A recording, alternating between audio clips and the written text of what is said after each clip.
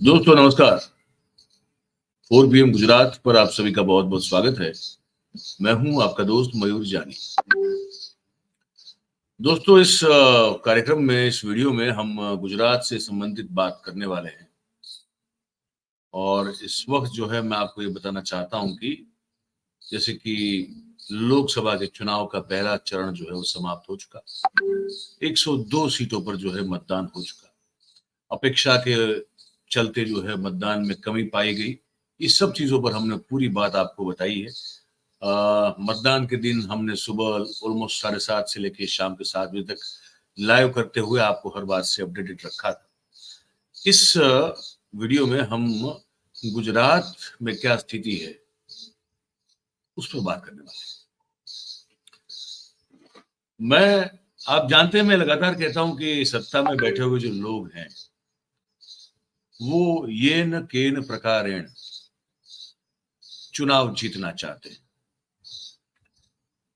वो मतलब कि साम दाम दंड भेद जो हो, जिसका भी उपयोग करके अगर काम निकल जाए तो वो उस तरह से उस कला में भी जो है, हर एक कला में वो माहिर है।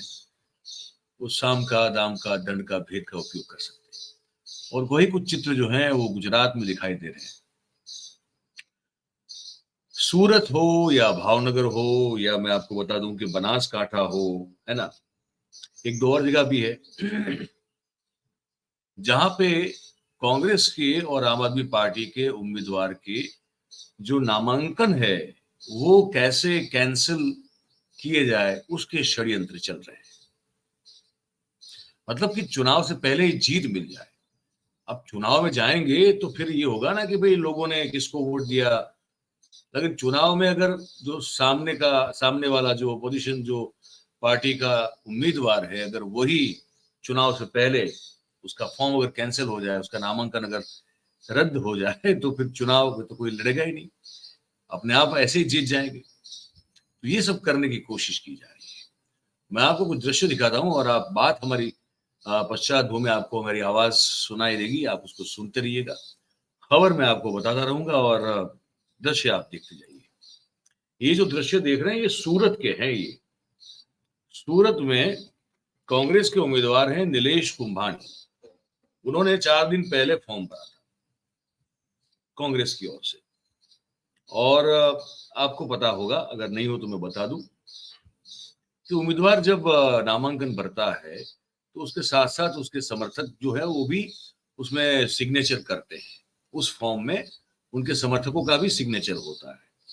अब ये ड्रामा ये हो रहा है कि नीलेश कुंभानी, जिनके 3 समर्थक थे जिन्होंने उस नामांकन पत्र पर अपने दस्तखत किए थे, और अचानक से वो कल डिस्ट्रिक्ट मजिस्ट्रेट के समक्ष उपस्थित हुए और वहां पे उन्होंने हलफनामा जो है वो दायर किया, एफिडेविट कर दी और कहा कि उस फॉर्म पर, नामांकन पत्र पर जो दस्तखत समर्थक के तौर पर हमारे दिखाए गए हैं वो दरअसल हमारे नहीं है। अब इसको लेकर जो है वो इतना हंगामा खड़ा हुआ है कि पूछिए मत। मतलब कि अंतिम मोमेंट पे, अंतिम घड़ी में ये जो नीलेश कुंभानी के डमी जो उम्मीदवार हैं उसके समेत के जितने समर्थक थे वो सब गायब हो गए भाई साहब। और इसलिए आज रविवार है लेकिन आज भी जो है उस पर कार्रवाई चल रही है। अभी तक इसका कोई मैं जब ये कार्यक्रम रिकॉर्ड कर रहा हूं तब तक इस मामले का कोई कंक्लूजन कोई नहीं आया है कि इसमें क्या अंत है, ये अब तक समझ में नहीं आ रहा है। लेकिन कांग्रेस की लीगल टीम जो है वो सूरत पहुंची हुई है। जरूरत पड़े तो हाई कोर्ट में पिटीशन करने की तैयारी है उनकी, ये भी बताया जा रहा है। और एक चर्चा ये हो रही है कि भाई अगर इनके समर्थक जो गायब हो चुके हैं वो अगर हो गए तो क्या होगा, और अगर गायब ही रहे तो क्या होगा। तो जैसे कि मैं आगे आपको बताऊं कि सूरत जिला के जो मुख्य चुनाव अधिकारी हैं जो, और जो कि जिला कलेक्टर है डॉक्टर सौरभ पारधी, उन्होंने कांग्रेस के उम्मीदवार नीलेश कुंभानी की दरखास्त में जो फॉर्म में जो सिग्नेचर होती है वो हमारी नहीं है ऐसे एफिडेविट करने वाले जो समर्थक हैं, उन्होंने एक ऑनलाइन निवेदन दिया और उसके बाद नोटिस थी। तो अब इस पर जो है आज रविवार को सब सुनवाई वगैरह हो रही है और क्या फैसला होगा उस पर सभी की निगाहें जमी हुई है। लेकिन जो बाबू मांगूकिया है, जो कि काफी एक जाने माने एडवोकेट हैं, कांग्रेस के नेता हैं, गुजरात हाईकोर्ट के एडवोकेट हैं, वो कहते हैं कि इससे कोई फर्क नहीं पड़ता। इनका एक निवेदन मैंने देखा, सुना, तो मुझे उसमें समझ में आया कि वो कह रहे हैं कि इससे कोई फर्क नहीं पड़ता। लेकिन बहुत बड़ा गंभीर आरोप एक ये भी लगाया जा रहा है कि ये जो बहुत बड़ा हाई वोल्टेज पॉलिटिकल ड्रामा सूरत की बैठक में खड़ा हो रहा है या जो हो चुका है, उसके पीछे अभी अभी कांग्रेस छोड़ के, ताजा कांग्रेस छोड़ के भारतीय जनता पार्टी में गए हुए अर्जुन मोढवाडिया और हार्दिक पटेल का षड्यंत्र है। इस तरह के आरोप कांग्रेस के नेताओं के और प्रवक्ताओं के द्वारा लगाए जा रहे हैं कि ये नीलेश कुंभानी, जो कि बेसिकली इससे पहले आम आदमी पार्टी से अच्छे ताल्लुक रखते थे, उन्होंने जब ये कांग्रेस से उम्मीदवारी की और उनको टिकट मिली, तो आरोप ये लग रहे हैं कि इनके बहुत अच्छे संबंध हार्दिक पटेल और अर्जुन मोढवाडिया से रहे हैं। और अंतिम घड़ी में इस तरह से जो ये ड्रामा क्रिएट हो रहा है कि इनके समर्थक गायब हैं, और नीलेश कुंभानी को लेकर भी पता जो चल रहा है वो ये है, आज ही के दिन की बात बताई जा रही है कि वो भी जो है वो क्या कहते हैं कि सूरत की जो कलेक्टर कचहरी है वहां पे 9 बजे आए थे। कलेक्टर के सामने जो है कुंभानी के फॉर्म के मामले में दोनों पक्षों की दलीलें पूरी हुई, और पता ये चल रहा है कि कुंभानी जो है वो, अब जैसे आप देख रहे हैं ये जो धक्का-मुक्की हो रही है, ये जो दृश्य आप देख रहे हैं वो उस सूरत की कलेक्टर कचहरी के है जहां पे नीलेश कुंभानी जो कि कैंडिडेट है, उनके साथ भी जो है वो इस तरह से भीड़ में जो है उनको धकेला जा रहा है, और वो बताया जा रहा है कि पिछले रास्ते से निकल चुके। उन्होंने मीडिया से भी बात करना टाल दिया। अब ये सिर्फ यहाँ की बात नहीं है, मैं आपसे बताना जो चाहता हूँ ये यहाँ की बात नहीं है। आज मेरे पास जो अपडेट है यहाँ पे, मैं आपको बताना चाहूँ कि बनासकांठा की जो कांग्रेस की उम्मीदवार है, जो कि बड़ी मजबूत मानी जाती है, गेनी बहन ठाकुर समाज से आती है, कांग्रेस की विधायक भी है वहां पे, और बनासकांठा कंस्टिट्यूंसी जो है लोकसभा की, वहां से वो चुनाव लड़ रही है। 26 लाख रुपए का डोनेशन उनको वहां की पब्लिक ने अब तक दे दिया है, ये उन्होंने आंकड़ा जाहिर किया है। उस महिला उम्मीदवार को भी जो है उसके हलफनामे को लेकर, चुनावी हलफनामे को लेकर भारतीय जनता पार्टी घेरने की कोशिश कर रही है, ताकि अगर उनका उम्मीदवारी पत्र जो है, नामांकन जो है, वो भी अगर रद्द हो जाए, कैंसिल हो जाए, तो बहुत बड़ा सरदर्द जो है वो भाजपा का कम हो जाएगा। इतना ही नहीं, भावनगर कंस्टिट्यूंसी से जो आम आदमी पार्टी के, इंडिया गठबंधन के चलते आम आदमी पार्टी के जो उम्मीदवार है उमेश मकवाना, जो कि अभी इस वक्त बोटाद से आम आदमी पार्टी के विधायक भी हैं, वो वहां पे चुनाव लड़ रहे हैं, जहां पे आप और कांग्रेस दोनों के समर्थन से वो चुनाव लड़ रहे हैं। उनके उम्मीदवारी पत्र में भी, ये मेरे पास जो खबर अभी है, कि वो नामांकन भी उनका रद्द अगर हो जाए तो उस बारे में जितनी कोशिश की जा रही है उतनी कम है। और वहां भी जो है आज सुनवाई हो रही है कि उन्होंने जो नामांकन भरा है उसमें जो इंफॉर्मेशन डाली है वो सही है या गलत है। इस सब पे काम हो रहा है। इस मामले पे उमेश मकवाना ने कुछ कहा है, गुजराती में है, लेकिन सार मैं आपको हिंदी में समझा दूंगा। उमेश मकवाना, आम आदमी पार्टी भावनगर के उम्मीदवार, क्या कहते हैं, सुनिए। आज भावनगर कलेक्टर ऑफिस खाते भावनगर भारतीय जनता पार्टी उम्मीदवार माननीय नींबूबेन बांभणिया द्वारा मारा फॉर्म में चकासणी में वांधो लिखित उपाड़वामां आव्यो छे।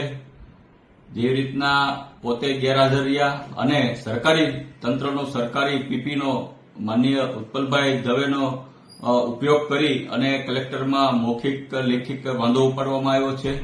एने जोता एवुं लागी रह्युं छे के भारतीय जनता पार्टी एमना उम्मीदवार अने खुद भारतीय जनता पार्टी एमनी हार भारी गई छे, एटले खोटा वांधा उपाડવામાં આવ્યો છે, તંત્રને દબાવવાનો પ્રયત્ન કરવામાં આવ્યો છે। અને આજે મેં લેખિત માનનીય કલેક્ટરશ્રીને સમય માંગ્યો છે કાલ 11 વાગ્યા સુધીનો, અને ચોક્કસપણે જે રીતના તંત્રને દબાવવાની ભારતીય જનતા પાર્ટી કામ કરી રહી છે અને એ બિનહરીફ થવાનો અત્યારે એ પ્રયત્ન કરવા જઈ રહી છે, પણ એની ઉપરથી સાબિત થઈ રહ્યું છે કે ભાઈ ભારતીય જનતા પાર્ટીના ઉમેદવાર જે સરકારી વકીલનો તંત્રનો ગેરઉપયોગ કરી એની ઉપર દબાણ લાવી અને મારું ફોર્મ રદ કરવાનું જે રીતના પ્રયત્ન કરી રહી છે તેને આમ આદમી પાર્ટી અને હું ઉમેદવાર તરીકે વખોડી રહ્યો છું. જો એમનામાં તેવડ હોય, હિંમત હોય તો લોકશાહીની રીતના ચૂંટણી લડી બતાવે. બાકી ગુજરાતની જનતા, મારી બોટાદની જનતા, ભાવનગરની જનતા આગામી ચૂંટણીમાં આનો ચોક્કસપણે ભારતીય જનતા પાર્ટીના ઉમેદવારને આનો જવાબ આપવા જઈ રહી છે. અને તમે જોયું હશે કે ભાઈ નીમુબેન બાંભણિયા પોતે જયારે ફોર્મ દેવા રજૂ કરવા આવ્યા ત્યારે મેન્ડેટ પણ રજૂ એમને નતો કર્યો, તેમ છતાં પણ મેં વ્યક્તિગત રીતના વાંધો નતો ઉપાડ્યો. જયારે ફોર્મ રજૂ કર્યા અને મેન્ડેટ દેવા આવ્યા ત્યારે એના ટેકેદારને હરુભાઈ ગોંડલિયા દ્વારા એમનું ફોર્મ રજૂ કરવામાં આવ્યું હતું. અને હરુભાઈ ગોંડલિયા સાહેબ જે પોતે ઉમેદવારના ટેકેદાર ન હોવા છતાં પણ એમને ફોર્મ રજૂ કર્યું, તેમ છતાં મેં એક લોકશાહીનું પર્વ સરસ મજાનું ઉજવાય તેમ છતાં મેં એમના ફોર્મમાં વાંધો નથી ઉપાડ્યો. પણ એમાં જોતા એવું લાગે છે કે ભાઈ નીમુબેન બાંભણિયા ઉમેદવાર તરીકે ભારતીય જનતા પાર્ટી ડરી ગઈ છે એટલે ફોર્મ રદ કરવાનું સુનિયોજિત કાવતરું કરી રહી છે. પણ આનું ચોક્કસપણે અમે કાલે જવાબ રજૂ કરવાના છીએ. ये उमेश मकवाणा आम आदमी पार्टी से, इंडिया गठबंधन से भावनगर कंस्टिट्यूंसी के उम्मीदवार है. उनका जो उन्होंने गुजराती में कहा उसका मैं अगर सार आपको बता दूं संक्षिप्त में, तो उनका मतलब ये था कि भारतीय जनता पार्टी के द्वारा एक तरह से उनकी जो उम्मीदवार है नीमूबेन बांभणिया, उनके द्वारा और उनके समर्थकों के द्वारा और पार्टी के द्वारा एक दबाव बनाया जा रहा है, दबाव बनाने की कोशिश की जा रही है प्रशासन पर. अभी तो प्रशासन तो चुनाव आयोगी है कि उमेश मकवाणा का फॉर्म कैंसिल कर दिया जाए. वो बहुत छोटे छोटे और उमेश मकवाणा का कहना है कि ऐसे बहाने जो है वो आगे किए जा रहे हैं, ऐसे एक्सक्यूजेस या तो ऐसे कुछ विरोध इस तरह से प्रकट किया जा रहा है जिसमें कोई तथ्य है नहीं, लेकिन फिर भी उनको उनका फॉर्म जो है वो कैंसिल करवाने की कोशिश की जा रही है. और साथ में उमेश मकवाणा का ये भी कहना है कि जो भाजपा की जो उम्मीदवार है महिला, वो उनके फॉर्म भरने की प्रोसेस में बहुत सारी फॉल्ट्स, बहुत सारी क्षतियां थी, लेकिन उन्होंने तो एक तरह से कहते हैं ना कि एक स्पिरिट के चलते, स्पोर्ट्समैन स्पिरिट के चलते या तो एक खेल दिल की भावना के चलते इस पर कभी कोई, उस मुद्दे पर कभी कोई विरोध नहीं जताया, लेकिन उनका फॉर्म रद्द करवाने की पूरी कोशिश भारतीय जनता पार्टी के उम्मीदवार और पार्टी की ओर से हो रही है. मैं आपको एक छोटा सा और आंकड़ा बता दूं कि 26 लोकसभा क्षेत्रों में से कल शाम तक का अगर मैं आंकड़ा बता दूं तो जितने भी लोकसभा के फॉर्म उम्मीदवारी के भरे गए उसमें से 50% फॉर्म्स जो हैं वो कैंसिल कर दिए गए. ठीक है.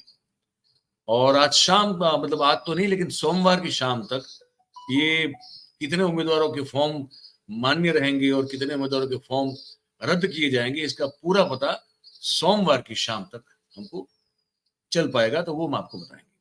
तो दबाव का दौर शुरू है, जारी है.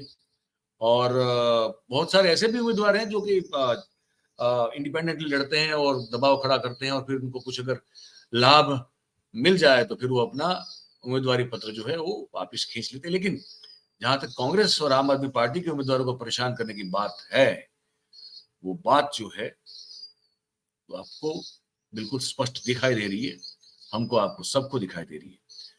तो ऐसे नहीं तो वैसे, लेकिन चुनाव हमको जीतना है. तो यही बताना था आपको इस वीडियो में. आपको क्या लगा है बातचीत सुन के, आप लिख के कमेंट करके हमको जरूर से बताइएगा. और बात अगर आपको हमारी सही और सच्ची लगी हो तो फिर आप इस वीडियो को लाइक करें, इस वीडियो के लिंक को आप हो सके उतना शेयर करें, और हमारा जो चैनल है 4PM गुजरात उसे आप सब्सक्राइब करें और अपने आसपास के लोगों से करवाएं. बहुत बहुत धन्यवाद करेंगे आप सभी का इस कार्यक्रम में हमारे साथ जुड़ने के लिए. Thank you very much. नमस्कार.